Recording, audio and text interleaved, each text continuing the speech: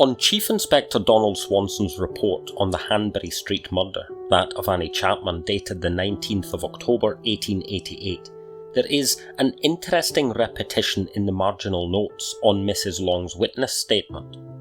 Twice the unknown police scribe asks if the man seen talking to the woman on Hanbury Street at 5:30 in the morning was a foreigner. This theme is elaborated upon in her own testimony at the inquest into Chapman's death. She did not see the man's face, except to notice that he was dark. He wore a brown deerstalker hat, and she thought he had on a dark coat, but was not quite certain of that. She could not say what the age of the man was, but he looked to be over 40 and appeared to be a little taller than the deceased. He appeared to be a foreigner, and he had a shabby genteel appearance. The night following the murder, a journalist writing for Lloyd's Weekly was out on Hanbury Street reporting on the mood on the ground. It is clear from this article what foreigner meant to many outraged and frightened East Enders: the Jews. Lads were out marauding the streets chanting anti-Jewish racist slogans, "Down with the Jews," claiming no Englishman was capable of committing such an atrocious crime. Jews had been part of English society for centuries, and the name Old Jewry, the street where we find the headquarters of the City of London Police in the late 19th century, was derived from the fact that this was one of the centres of Jewish life in London before the expulsion of 1290. Throughout the 19th century, there was a thriving Jewish community in London, a community of English Jews, Jewish families who had, to a greater or lesser extent, assimilated into English society. By far, the largest centre of Jewish life at this time, however, was within the Russian Empire, in a vast swathe of Eastern Europe and Western Russia known as the Pale of Settlement. This was the home of the Eastern Jews, Jews of the shtetl, and marked with a deeply religious and mystical Ashkenazi character.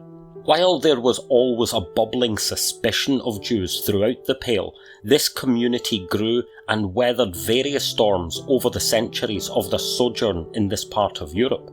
On the 13th of March 1881, however, the socialist group Narodnaya Volya assassinated Tsar Nichols II in a horrific bomb attack, triggering a wave of state-sanctioned pogroms, or blitz assaults by paramilitary groups on Jewish civilians.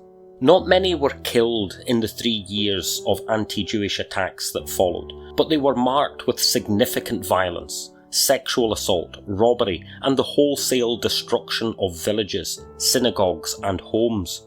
This was a profound shock to the Jewish psyche, which could no longer trust in the protection of the Russian state, and so Jews began fleeing the Pale of Settlement in their hundreds of thousands. By 1888, London had become a primary destination of Jewish migration, with over 100,000 making their homes in the East End of the city. British Jews, Jews who had long been established in England, did what they could to absorb this massive influx of Jewish newcomers. But even for these, the culture shock was real. Russian and Polish shtetl Jews were in essence Eastern European peasants. They spoke Yiddish and were rather backward even by mid-19th century English standards.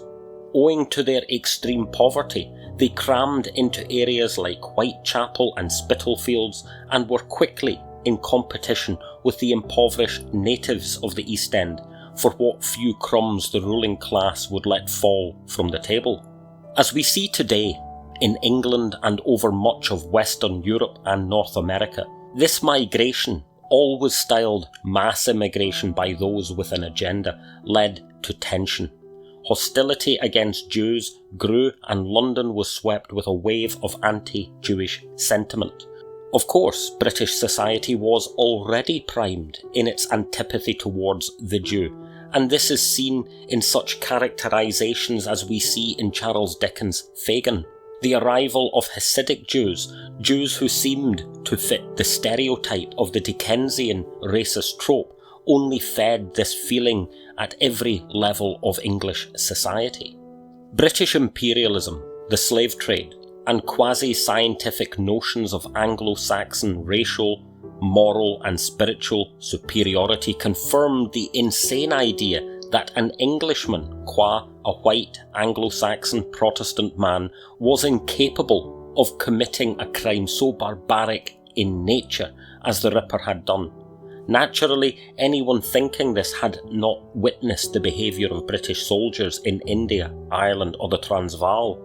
Like all vulnerable migrant groups then, the Jews, as outsiders, quickly became the focus of scapegoating, and this tendency did not end, not even with the Holocaust. In 1948, when the horrors of the death camps were fully known, David Lean's portrayal of Fagin in his Oliver Twist was as vicious a stereotype as anything the Nazis had produced in the 1930s. Now, the man responsible for the Whitechapel murders could have been a Jew. Jews commit crimes too, but we have to be mindful of the racism and racial prejudice of late Victorian London, and we must be mindful of our own biases when constructing modern mental images of the killer. If we are looking for a monster or for some nasty caricature of an Eastern European Jew, then we are looking for something that has never existed. It would be naive in the extreme to assume that we have overcome these dark tendencies.